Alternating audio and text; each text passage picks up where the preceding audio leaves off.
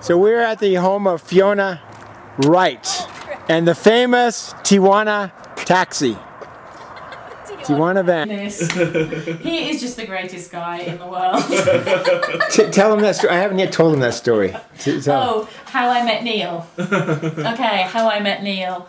I was minding my own business, and it was probably about 2 years ago now, about this time of year, 2 years ago, and a year and a half there was ago. a knock on the door. Uh-huh. And, yeah.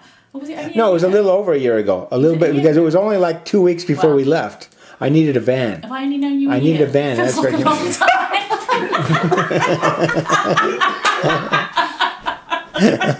Feels like longer than that.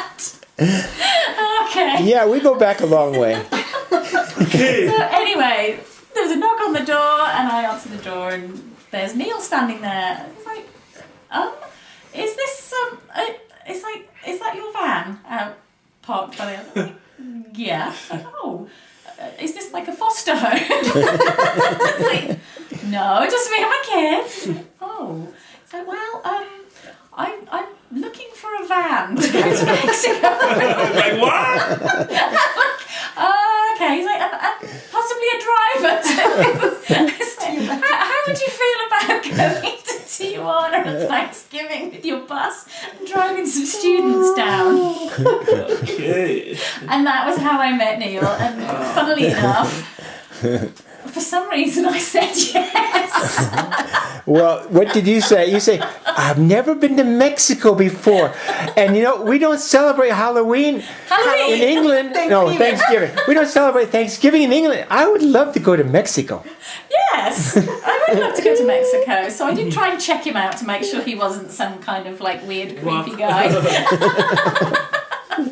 And so we kind of ascertained that he might be a little bit weird, but he wasn't creepy. But they were worried the day that they gave me the van to take down to my mechanic. They weren't sure it was going to come back. I had to give them my passport. We had his passport. Why not? Why don't you just go with him? Well, they were busy. I was busy doing stuff, and he was going down to his friends to get it looked at and everything. And I'm just like, we still don't know this guy, and we're giving him our van to get it checked out because it was dependent upon whether the van was going to be able to go or not, as to whether I was going to go. And the brakes were completely shot with metal on metal, and it was out of oil. It had no oil in it. It was ready to blow up any moment. Yeah. So that was good. So they saved our car, and I went to Mexico, and that's another story altogether. But Erin's probably told you that one. Not really. No. She didn't give me any specific details. Just yeah. Let's just say it was Neil's first time running a trip with other students, and we were learning on the go that people need to eat. Flying blind. Every day, several times a day. You went there? No, I didn't. Okay.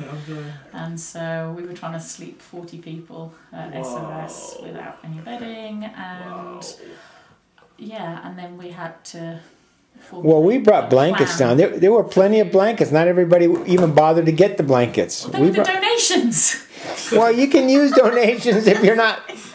Come on. Yeah, but it was so. The Reed boy. How many blankets did that Reed boy get from the neighborhood? Hundreds of blankets. But anyway, so yeah, we learned a lot on that first trip, and then I came on the second trip because I didn't dare think what was going to happen if I didn't go. Yeah. They'd have had a wonderful time. They had a wonderful time, but they might have been a little lonely, I don't know. Please don't. So I'm glad that you've now learned a lot. I've learned how to find experts and masters and people who know just how to organize. He's learned to say, this isn't my strong point. If you thought I was hands off before, I'll deal with my stuff. If you thought I was hands off before, now I'm an expert at being hands off. Oh, he's just going to be the king. He's like going to put his feet up. No, I'm going to have my camera rolling the whole time. Oh, great. Okay, so. Yeah, but you know, what would be good? That's an idea came to me. You know, because you've been there before. You've worked with me before. You know, you guys. I don't know. I'm thinking that you're gonna do more trips of this nature, and you know what you could do is to have like probably a planning committee, And then, so like for example, you're planning a trip in say February, and you start the planning in December, and then you start to identify. You meet as you have weekly meetings, and then you start planning things. So closer to the time, it becomes much easier. That's great. That's that dirty word. Uh-oh. Plan. No, don't tell me that. I know. It's like we established this after the first trip, and when I made him sit down. And I just feel that trip. if God wants me to have a planner, He'll give me one.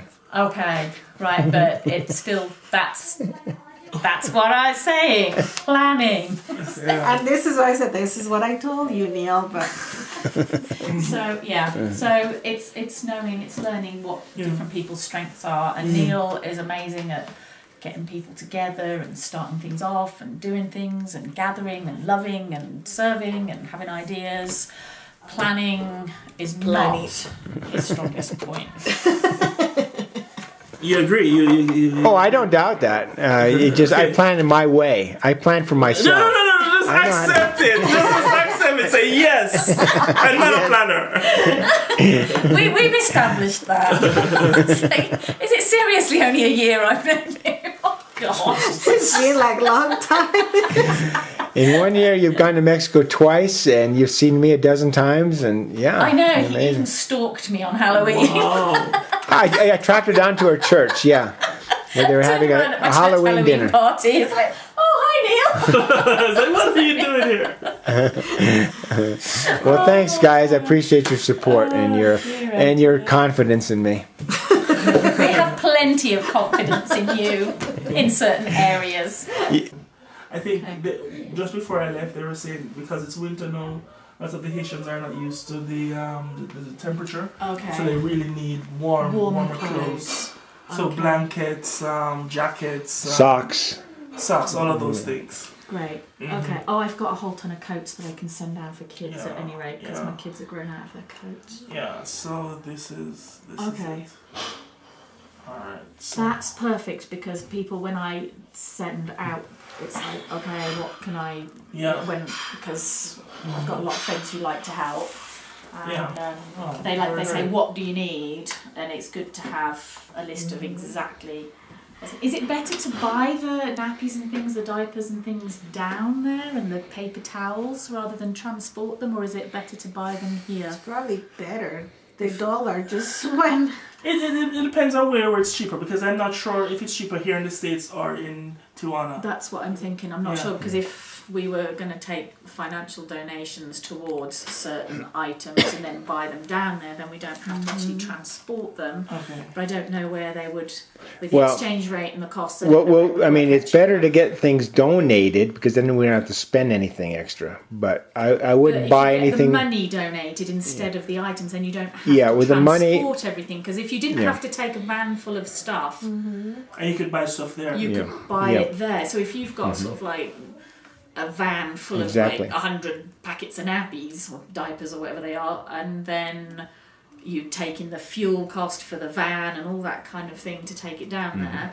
If you go down there and buy it, have the money to do it and buy the 100 packets down there, then you've saved the transport costs. That's right. That's right. Yeah. Thanks, Fiona. We appreciate you. See you later. Yeah. Bye-bye.